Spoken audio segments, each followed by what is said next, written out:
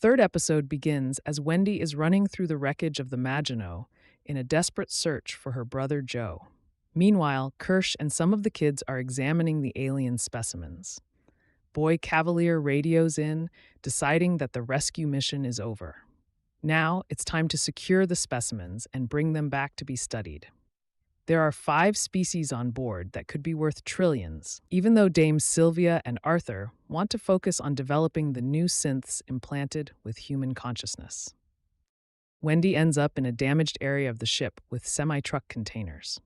Although Joe screams out from one trailer not to come for him because it's a trap, Wendy, or Marcy, as her brother still calls her, goes for him anyway.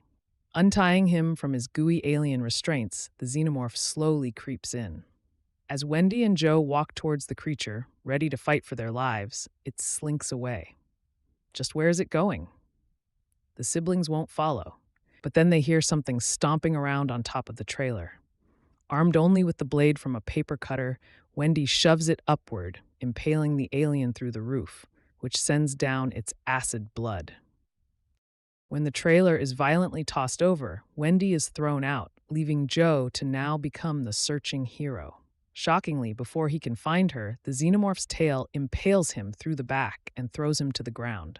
It gets in close, its second mouth about to smash through his face, when Wendy hooks the mouth with a bar, holding it in place. They try to trap it in another room, but Wendy is taken by it. When Joe gets to his sister, she's alive. But the xenomorph's head is ripped clean off. Instead of looking like a hero, Wendy is scared, before collapsing unconscious. Joe isn't doing much better as he falls by her side. As this is all going on, Slightly has been left to guard the alien eggs all alone. He's terrified but relieved when Smee comes to bring him back to Kirsch.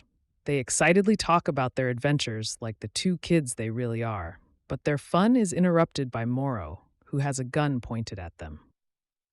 Seeing that they have no weapons, he talks to them about the eggs they're next to and the monsters that come out of them. Slightly and Smee would rather just go now, but Cyborg Morrow hooks himself up to a computer for a data transfer. When told that his orders are only to worry about the specimens, he asks if the hybrids could harm others. When they almost give up what they truly are, a blade extends from Morrow's arm as he demands to know what kind of machine they are. Morrow is interrupted just in time by Kirsch, allowing the 2 hybrids to hide behind him like little boys. Morrow tells him that Yutani will never let Prodigy have what's on her ship, and as an egg begins to hatch, he jumps off the Maginot. Wendy, Joe, and the decapitated xenomorph are brought back, unconscious and being treated, but there's no sign of the cyborg. Everyone returns home to Boy Cavalier, including all the specimens on the ship.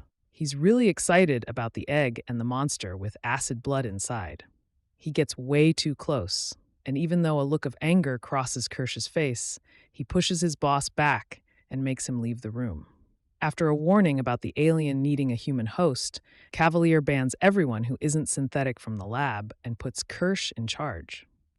Boy Cavalier's right-hand man, Adam Ines, questions Slightly and Smee about Morrow and what he whispered to them. When is a machine not a machine? Slightly recalls. Smee is scared that Morrow will find them and kill them, but Ines isn't concerned. They're in a facility in the middle of the ocean, and Morrow will be caught or killed before the day is over. Meanwhile, Morrow, now on the run in New Siam, calls Yutani. She wants to know where the creatures are, but he lets her know they have been taken by Prodigy. Yutani wants him to come home, but he won't. The creatures are his life's work, and he's going to get them back himself. At the same time, one of the smarter kid, Curly, questions Boy Cavalier about Wendy being his favorite. She thinks it's wrong because she's the best. Curly is a thinker with ideas, while Wendy only cares about her brother.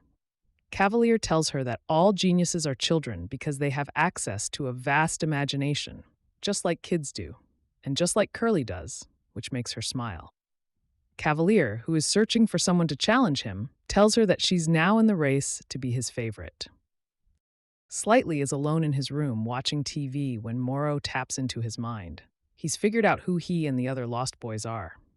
Slightly is scared of this capability and doesn't want to talk to the cyborg, but Morrow manipulates him, asking the child to be his friend. Slightly can't say no, so he agrees. He's a flawed kid with his own distinct personality, just like the others. For example, wide-eyed, frightened Nibs is in her room checking out her new body in the mirror, and it's obvious that she doesn't like it. While Curly is loving it, it feels like Nibs would rather just be a little girl again. Dame Sylvia sleeps by Wendy's bedside as the first of the kid comes back online. She seems to be okay, but all human Joe is in bad shape as he undergoes surgery and has a lung removed. Joe makes it through his surgery and is sent to a pod to recover, but his internal organ now sits in a large container filled with liquid and ready for something we don't yet know. Afterward, Kirsch, Curly, and Toodles bring out an alien egg to examine, with Curly taking video. Kirsch starts sawing through the shell, exposing the membrane underneath. With Wendy's super hearing, she can hear the face hugger inside even though she's not near. The face hugger is ripped out of its shell by Kirsch, held down, and stunned into unconsciousness. From a window outside, Wendy watches Kirsch cut into it.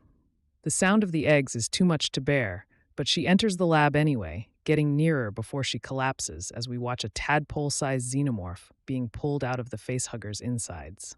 Kirsch takes the baby xenomorph over to the container with Joe's lung and puts it in. The xenomorph quickly slides inside the flesh, and with that, it all becomes clear.